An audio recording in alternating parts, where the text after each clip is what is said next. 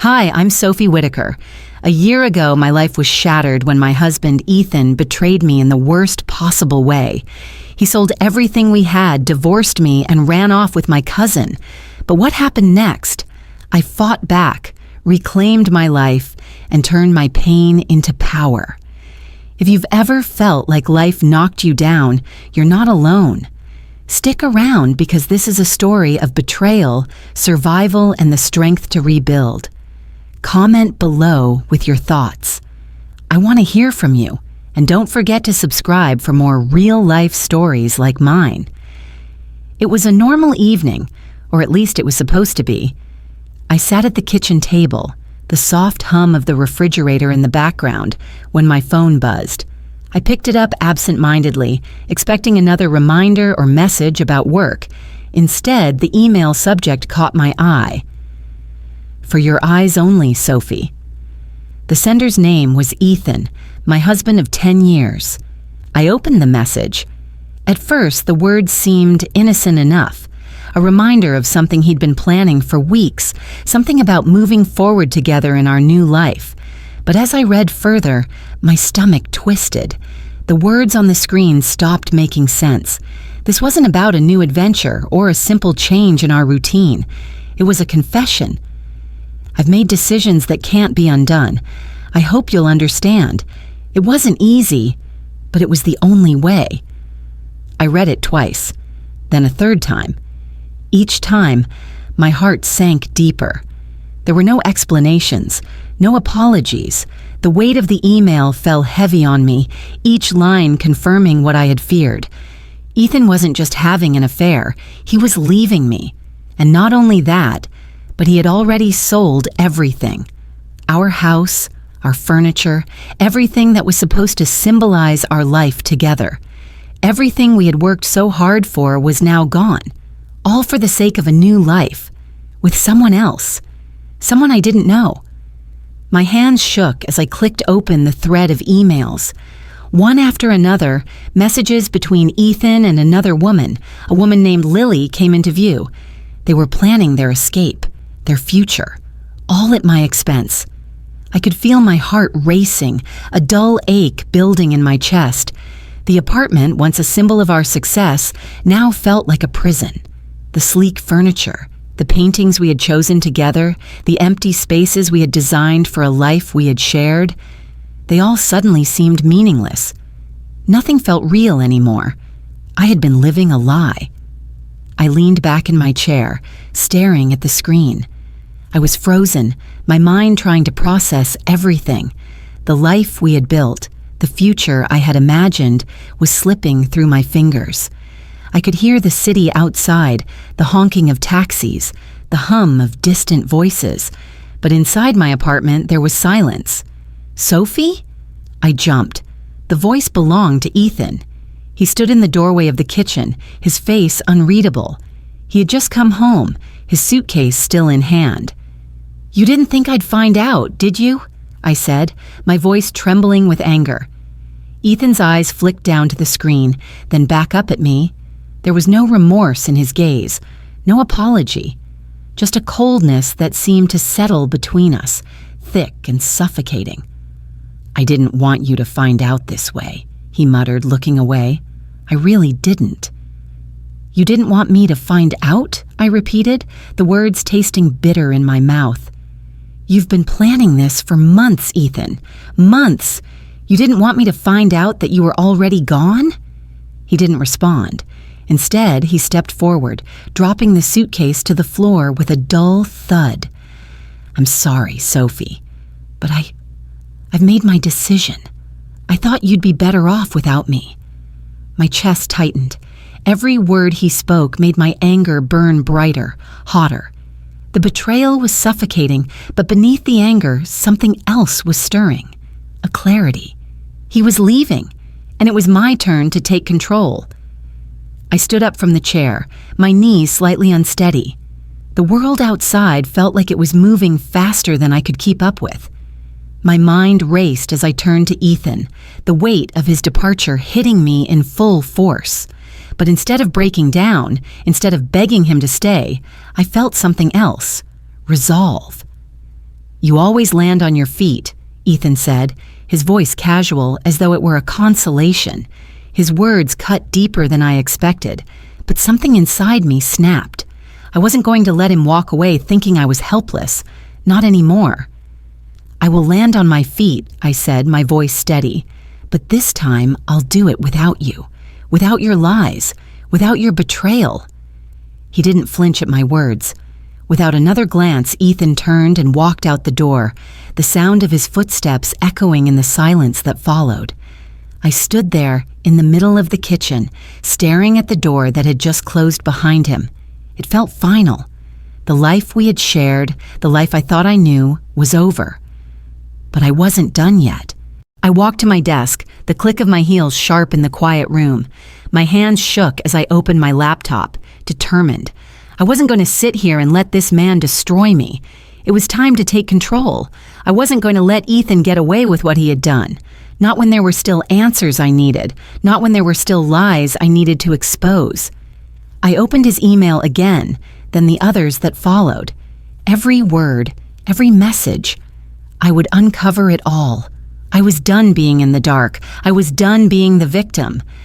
That night, as I began to gather the evidence, I knew it wasn't just about the money anymore. It wasn't just about the things he had taken from me. It was about reclaiming something far more valuable, my dignity. It was about showing myself that I could survive this, and I would, no matter what came next. The next day, I called Tom Reed. He'd helped a friend of mine through a messy divorce, and I knew I needed a plan. I wasn't wasting any more time. When I told Charlotte, my younger sister, about Ethan's betrayal, I thought she'd be furious. Instead, she was quiet. Too quiet. Her eyes locked onto mine, and then she said, "You knew, didn't you?" The words hit me like a slap in the face, and for a moment I couldn't breathe.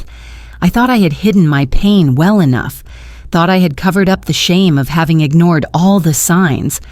But somehow, Charlotte saw right through me. She always did. I looked down at my coffee cup, the steam rising in slow swirls that seemed to mock the way my mind was spinning. I don't know," I whispered. "I think I always knew, but I didn't want to believe it." Charlotte didn't say anything for a long time. She just watched me, as if waiting for me to say more. The silence between us felt heavy, like an invisible weight pressing down on my chest. She knew me too well. She knew I wasn't just upset about Ethan's affair. I was devastated by my own blind spots. How had I allowed myself to be so foolish? How had I let it go on for so long? "I didn't want to see it," I said finally, the words barely above a whisper. "I trusted him. I thought we had a future." Charlotte leaned back in her chair, her eyes soft but steady. "You're not the first woman to make that mistake," she said gently. "The problem isn't that you trusted him. It's that you trusted him too much. You ignored the things you should have noticed."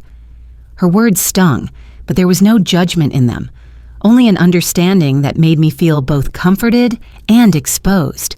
For so long, I had been beating myself up for not seeing the truth. But hearing Charlotte speak, I realized it wasn't about me being weak or naive. It was about Ethan's manipulation. He had been so good at hiding the truth that I didn't even recognize the lies when they were staring me in the face. "You have to stop blaming yourself," Charlotte said, her voice soft but firm. "You trusted him because you loved him. But now it's time to stop being a victim. You need to fight back." Her words hit me with a clarity I hadn't expected. I had spent so long wallowing in the shock and pain of the betrayal that I had forgotten what it meant to fight. It wasn't just about taking control of my life again.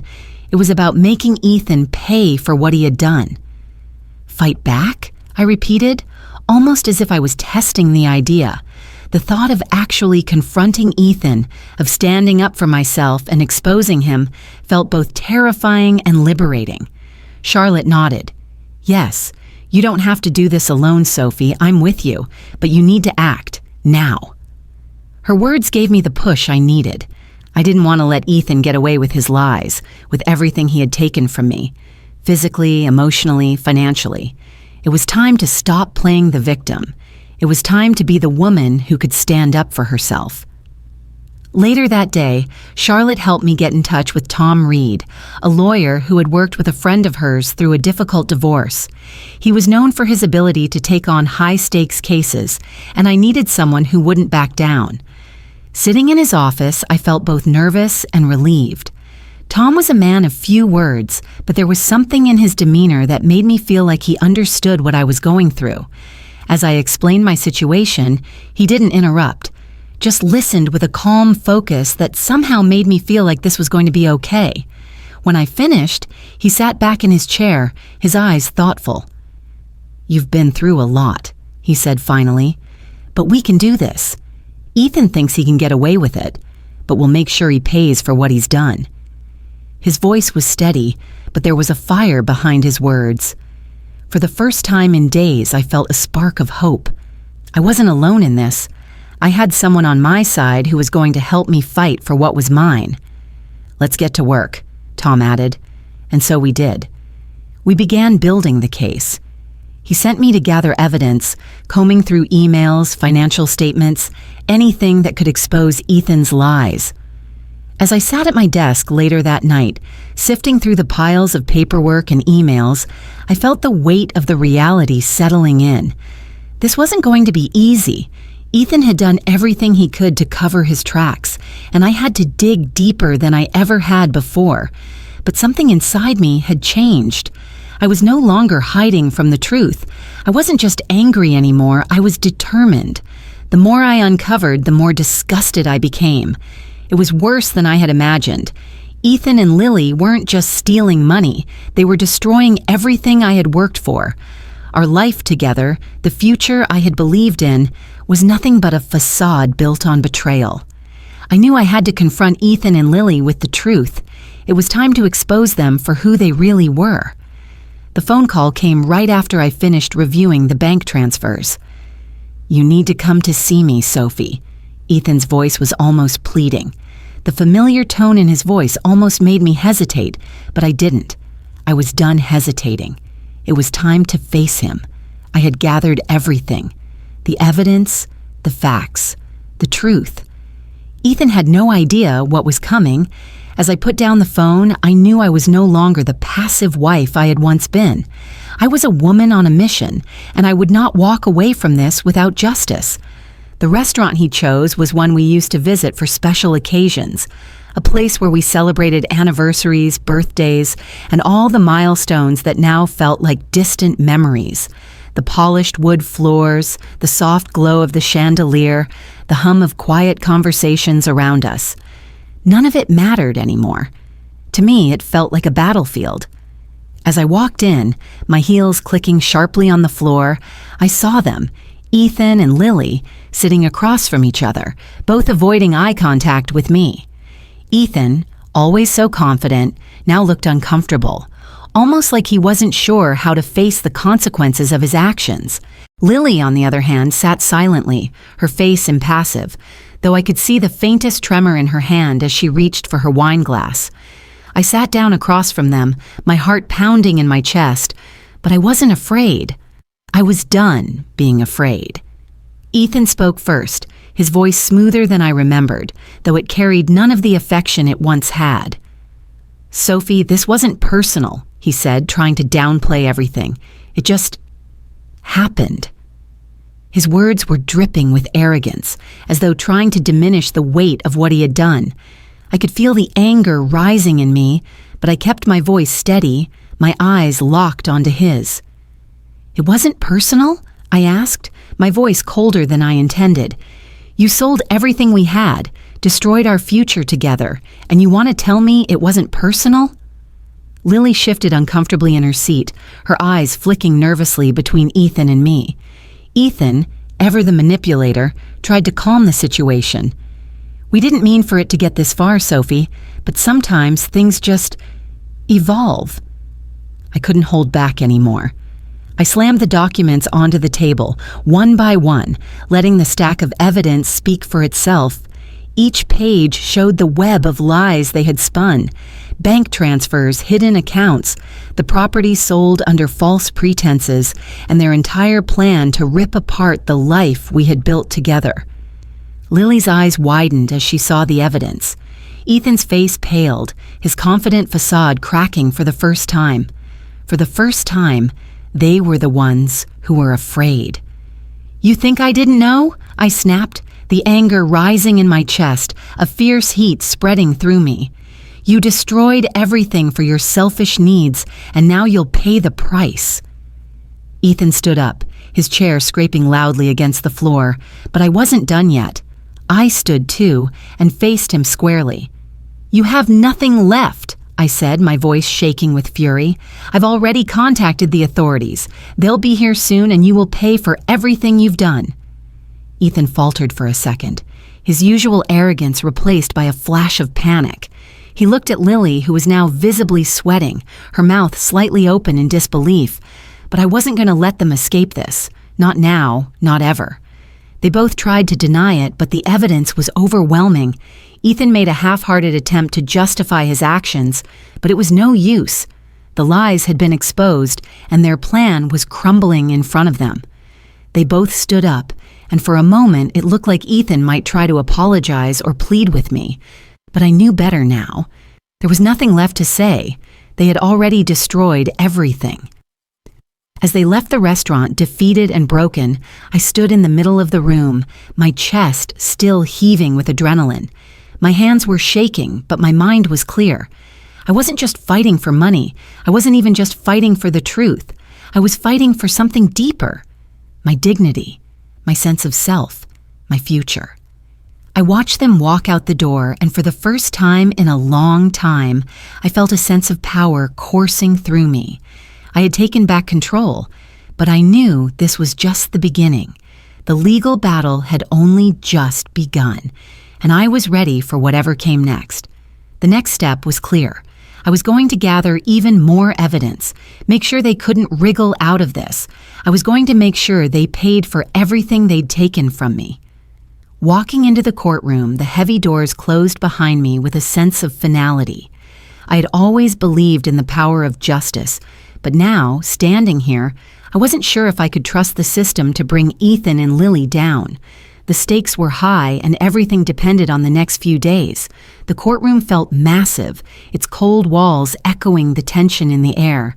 The atmosphere was heavy, like the room itself was holding its breath, waiting for the battle to unfold. My hands shook slightly as I stood at the edge of the room, taking in the grand structure around me. I had never felt so small and so powerful at the same time. The judge was preparing to hear our case, and with each passing second, I knew I was one step closer to the justice I so desperately needed. This was the moment I had been preparing for, the moment where everything would either be taken from me or restored. The legal system would decide my fate, and yet, despite the nervousness bubbling in my stomach, I felt a strange calm wash over me. I wasn't the woman who doubted herself anymore. I was ready. Ethan was already seated across the room, his body stiff as he tried to maintain his usual facade. But I could see it, the cracks. The lies were starting to unravel, and for the first time in years, I could sense that he was afraid. He wasn't the man who once confidently told me we would face everything together. Now he was a man scrambling to save his skin, and I was the one with the power. Lily sat beside him, her posture rigid, her face a mask of indifference.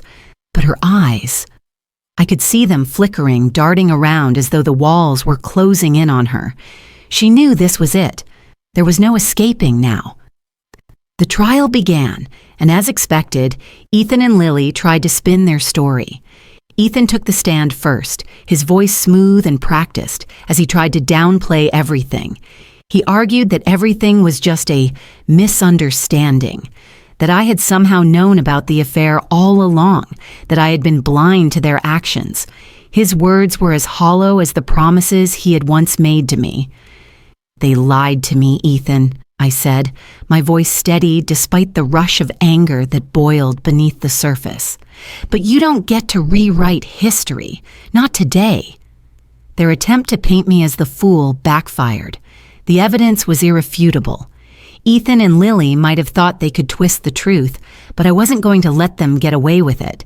I had the truth on my side, and that was all I needed. The tension in the courtroom built with each passing hour.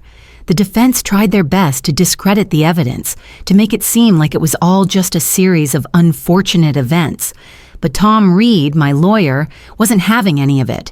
He stood tall, his voice calm yet unwavering, as he methodically presented the financial documents that laid out the full extent of Ethan and Lily's betrayal.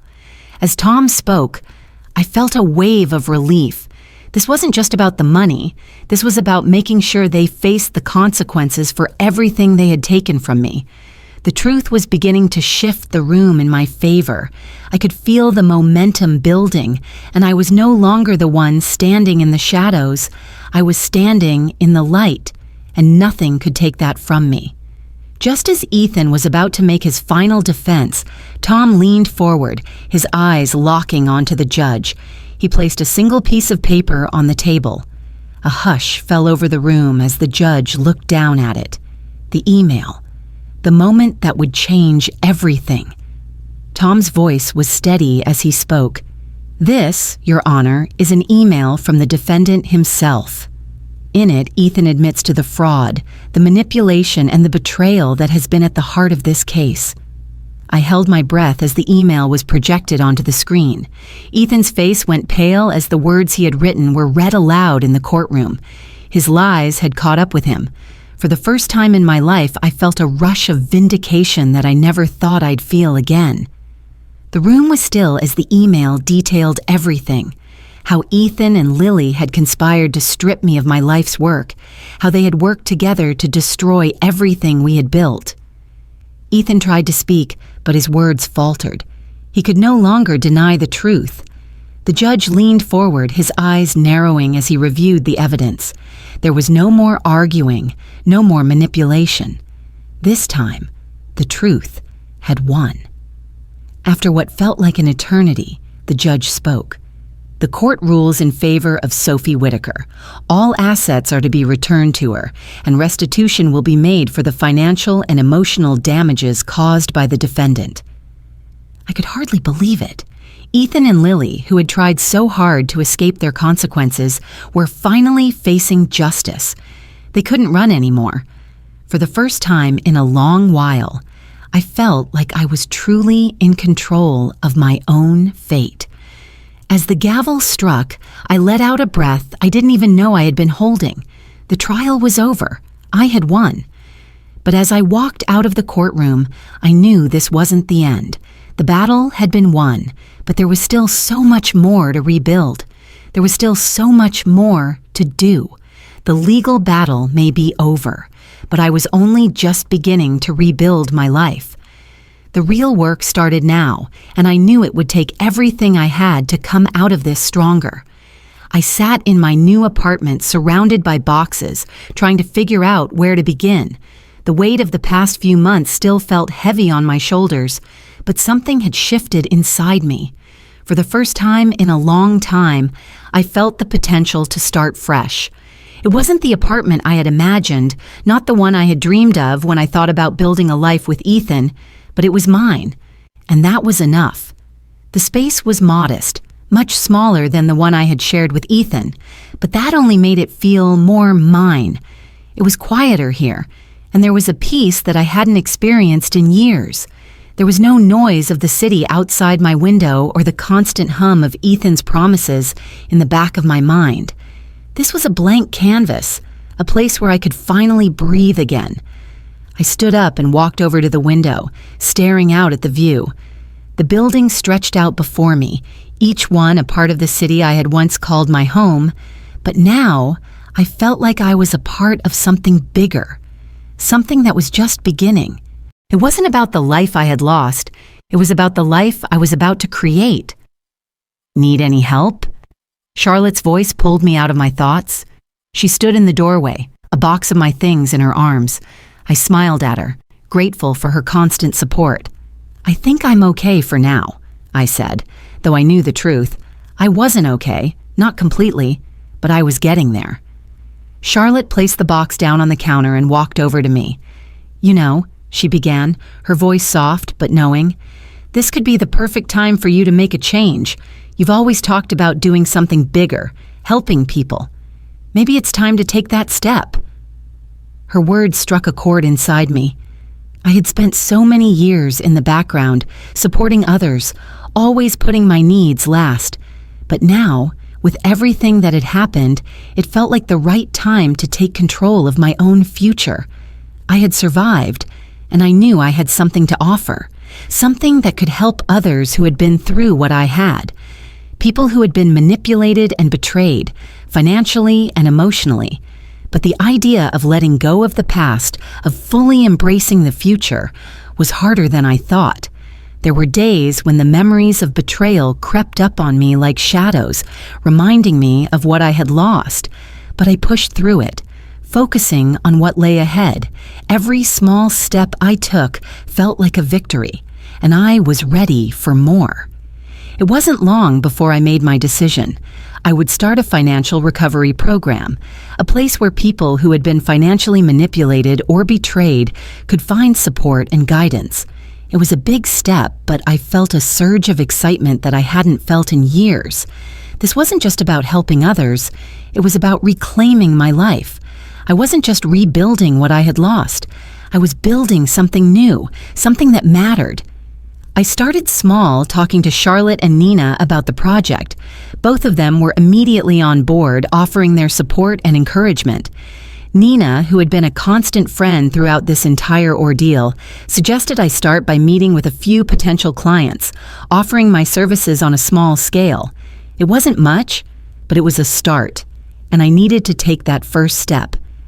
The first few meetings were nerve-wracking. I wasn't sure if anyone would trust me enough to open up or if they would even believe in the program I was trying to create. But as I sat across from my first client, listening to her story, I realized that this was what I was meant to do. I wasn't just helping others recover financially, I was helping them regain their sense of self.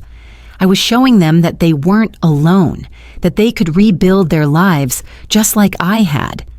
Things didn't fall into place immediately. There were setbacks, moments when I questioned whether I was doing the right thing. But with Charlotte and Nina by my side, I knew I could keep going. They reminded me every day that I wasn't alone in this, that I had everything I needed to succeed.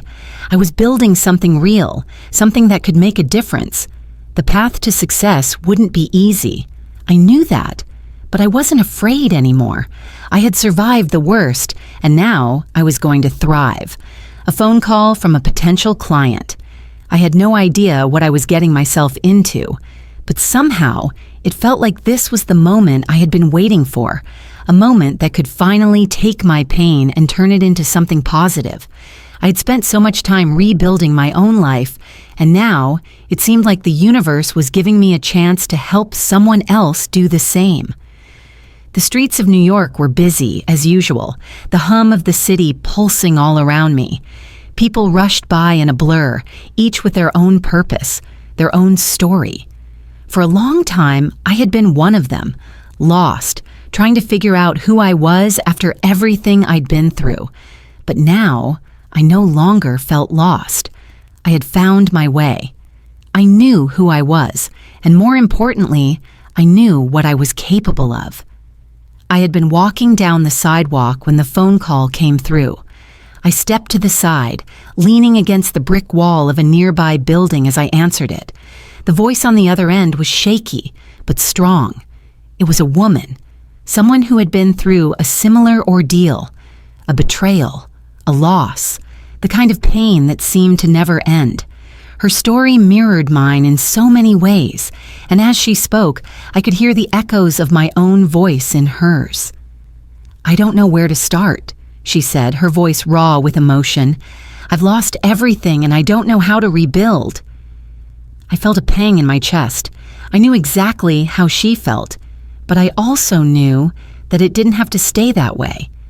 I had been there once, standing in the ruins of my life, unsure of how to take the first step toward healing. And now I was on the other side. It was time to help her. We met in a small coffee shop near her apartment the next day, the air filled with the aroma of freshly brewed coffee and the quiet murmur of conversations around us.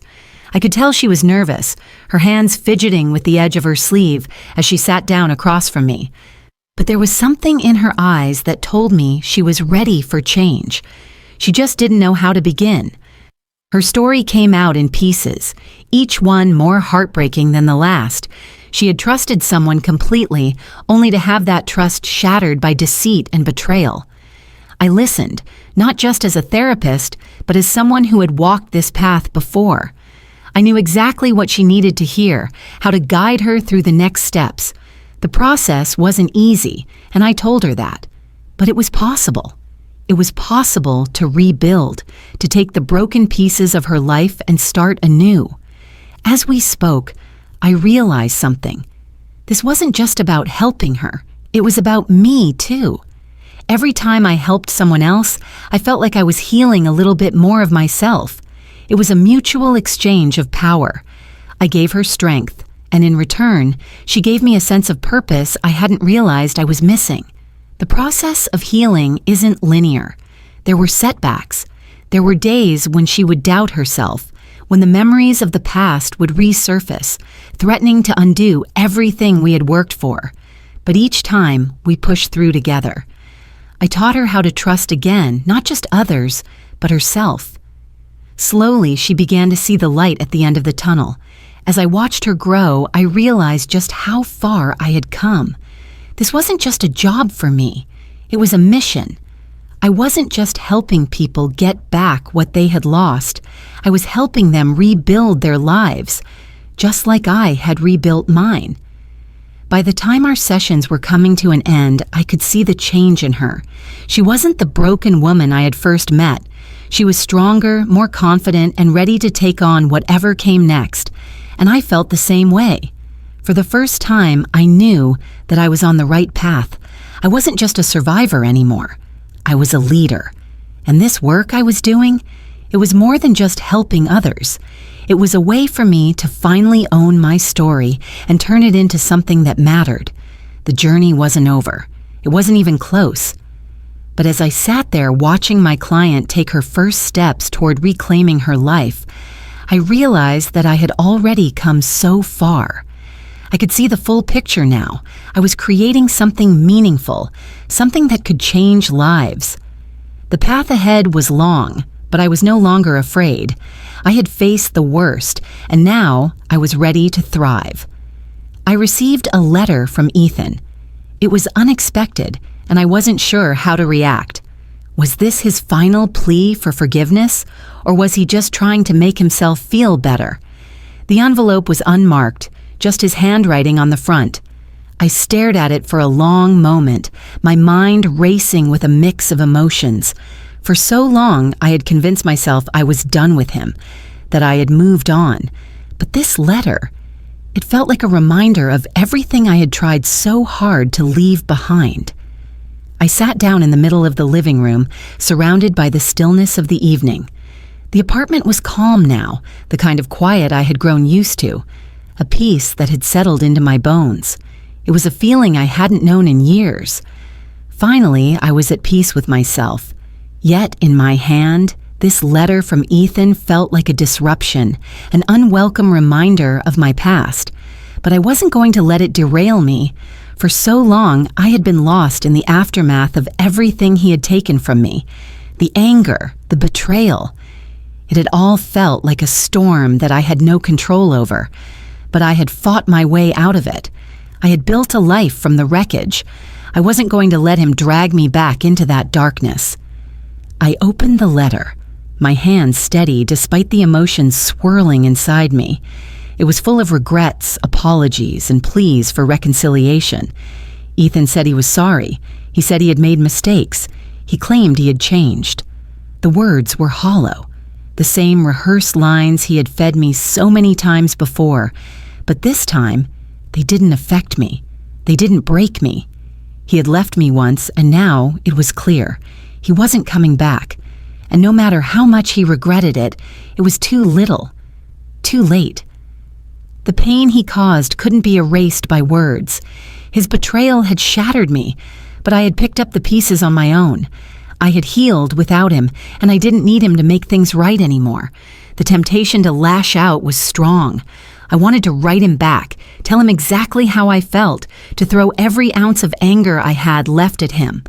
I wanted to make him feel the same pain he had put me through, but I realized something. That wasn't what I needed anymore. I had spent too much time letting him dictate my emotions. I wasn't that woman anymore. I had moved on, and it was time to leave him behind for good. I took a deep breath and folded the letter back into its envelope. I didn't need closure from him. I had already closed that chapter of my life. The only thing left to do now was to send it back. I didn't need his approval to move forward. I had already built my life back from the ground up, and I was stronger than I'd ever been. Without hesitation, I sealed the envelope and walked to the mailbox. I didn't even open it to read his words again. There was no need. I had everything I needed inside me. I was free. As I dropped the letter into the box, I felt a sense of release, like I was finally letting go of the last of the past. The past may linger, but it no longer had power over me. I was free. Free to live, free to love, and free to keep moving forward. The future was mine, and I had a new chapter to write, one where I continued to grow, to heal, and to help others find the same strength I had found in myself. It's been a year since everything fell apart, a year since I stood in the ruins of my life, unable to imagine how I would ever rebuild. Now I stand on a stage, looking out at the audience, ready to speak about the journey I've been on. My heart beats fast, not from fear, but from the excitement of what this moment represents. The woman who walked into the storm of betrayal is no longer the woman who stands here today. I've come full circle. The conference room is filled with people who have experienced the same kind of betrayal, loss, and rebuilding that I have. Their faces are a mixture of hope and hesitation, much like mine once was. But today, I'm the one who gets to help them, to share my story, and to show them that it's possible to come out the other side stronger, more whole than before. I take a deep breath, feeling the weight of the moment. This is what I've been working for. This is what I've been building toward, not just healing, but thriving. I step forward, the microphone cool against my skin, and I begin to speak. My voice is steady, strong. I know what it feels like to be broken, I begin, my eyes scanning the room. I know what it feels like to lose everything, to have the life you thought you knew ripped away from you. But I'm here to tell you that it's not the end. It's the beginning of something new, something you get to create. It's hard, yes, but it's possible. As I speak, I see the faces in the crowd shift. Tears glisten in the eyes of some, while others nod, quietly taking in every word, every story, every struggle. It resonates with them. And for the first time, I realize that I'm not just telling my story. I'm telling their story too. I'm sharing with them the hope I've found, the strength I've discovered inside myself. This isn't just about the past. It's about the future. The future where we all reclaim our lives, where we take back the power that was stolen from us. It's about standing tall, facing the world with confidence, and knowing that we have the ability to rebuild. I see their faces now, a mix of pain and hope, and I know they hear me. They feel what I feel. The more I speak, the more I realize how far I've come. I'm not just talking about the past, I'm sharing a vision of the future. A future where each of us finds a way to thrive again. A future where we stop letting the past define us. And as the words spill from me, I see the transformation in their eyes. I see the possibility. The applause that follows is overwhelming. I stand there for a moment, letting it wash over me. It's not just for me, it's for everyone in that room. I've helped them see their own strength, and in doing so, I've cemented my own. I've turned my pain into something beautiful, something meaningful. I step off the stage, smiling, feeling a sense of peace that I haven't felt in a long time. My life is mine again, fully and completely. I fought for it, rebuilt it, and now it's more than just surviving. It's thriving. There's still work to be done. The journey doesn't end here. But as I look out over the room of people who now have a new hope, a new vision for their own futures, I know that I am exactly where I am supposed to be. I found my purpose, helping others rebuild, helping them find their own strength, just as I did. And there's nothing that can take that away. The path ahead is long, and there will be challenges, but I'm no longer afraid. The future is mine, and I'm walking it with confidence, ready to help others who are just starting their own path to healing. As I stand here today, looking back at everything I've been through, I can't help but feel an overwhelming sense of gratitude. For the longest time, I thought the worst thing that could happen to me was losing the life I had built with someone I trusted. But in reality, it was the beginning of my greatest transformation. I learned the hardest way that pain can be the catalyst for incredible growth, and through that pain, I found strength. Strength I never knew I had. If there's one thing I've learned, it's that we are never truly broken. We are just pieces waiting to be put back together in a way that is stronger, more beautiful, and more aligned with who we truly are. Sometimes life will knock us down, but it's not about staying down. It's about getting back up, learning from our experiences, and using them to fuel the journey forward. To anyone out there going through a tough time, remember this: you are not alone. You don't have to face your challenges in silence. Lean on your support system. Seek help. And most importantly, never forget that your future is in your hands. The pain you're feeling today may be the very thing that propels you into the best chapter of your life. So I ask you, what are you going to do with the pain you've been carrying? Will you let it define you, or will you use it as a stepping stone to become the person you were always meant to be? I'd love to hear your thoughts. If this story resonated with you, drop a comment below and let me know where you're watching from or what part of the story touched you the most. And hey, if you didn't like the video, that's okay too. Let me know why and where you're watching from. Your feedback means the world to me. If you found this video inspiring, if it spoke to your heart, then be sure to hit that subscribe button. Join me for more stories like this, because together we can continue to grow, heal, and inspire one another. Thank you for watching, and I can't wait to see you in the next video. Stay strong, stay resilient, and keep moving forward.